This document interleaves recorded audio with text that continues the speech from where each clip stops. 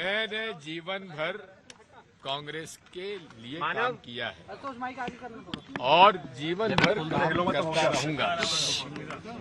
मेरी निष्ठा मैं कह चुका हूं, 3 बातों पर मैं समझौता नहीं करता। पहली बात, दलित, आदिवासी और गरीब का पक्ष, इस पे मैं समझौता नहीं करता। दूसरा है सांप्रदायिक सद्भाव बिगाड़ने वालों के साथ मैं कभी समझौता नहीं करता, उनके खिलाफ मैं लड़ाई लड़ूंगा और लड़ता रहा हूं। तीसरा, मेरी प्रतिबद्धता कांग्रेस और नेहरू गांधी परिवार के साथ, इस पे मैं समझौता नहीं करूंगा और न मैंने आज तक किया है। इसलिए खड़गे जी मेरे नेता हैं, मेरे से सीनियर हैं।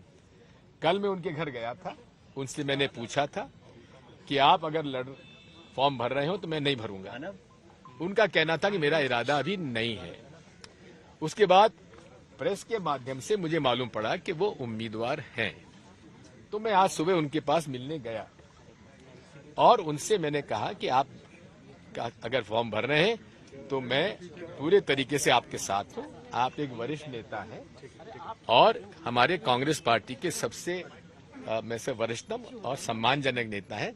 मैं कभी भी आपके खिलाफ चुनाव लड़ने की बात सोच भी नहीं सकता। आपने वो पहले बता दिया होता तो मैं फॉर्म लेने भी नहीं गया होता।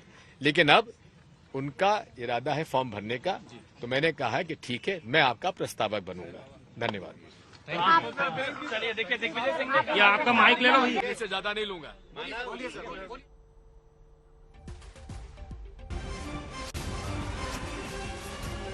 मौसमी भी हमारे साथ जुड़ चुकी है इस वक्त। मौसमी, कहां ये अध्यक्ष पद के चुनाव के लिए उतर रहे थे, अब प्रस्तावक बन गए दिग्विजय सिंह। थोड़ा सा देखा जी, बिल्कुल। देखिए, और आपको एक और खबर बता दें कि आखिर पवन बंसल जी ने जो फॉर्म लिए थे वो फॉर्म कहाँ गए। वो फॉर्म एचएस लकी साहब के हाथ में है।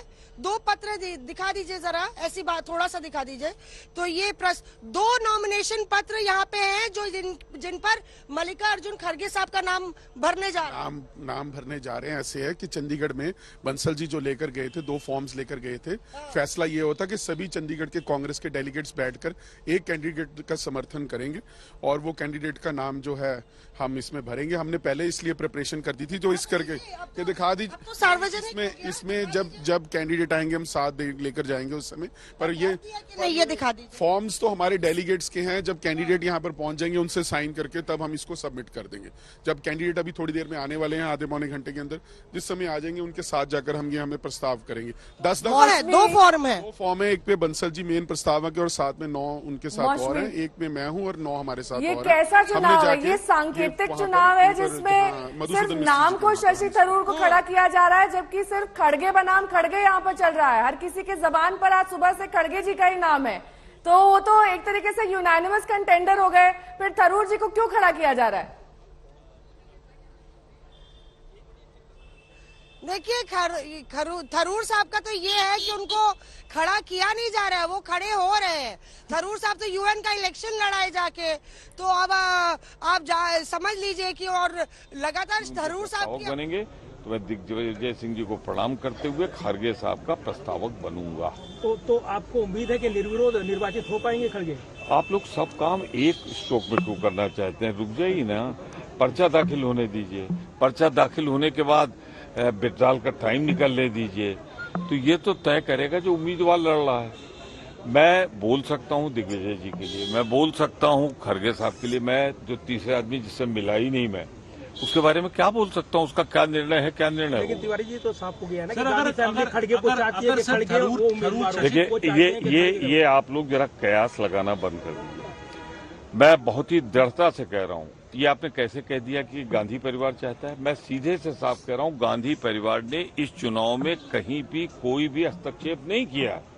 और अगर उनका इरादा हो जाता तो कौन चुनाव लड़ता? ये कांग्रेस से जहां लोकतंत्र है।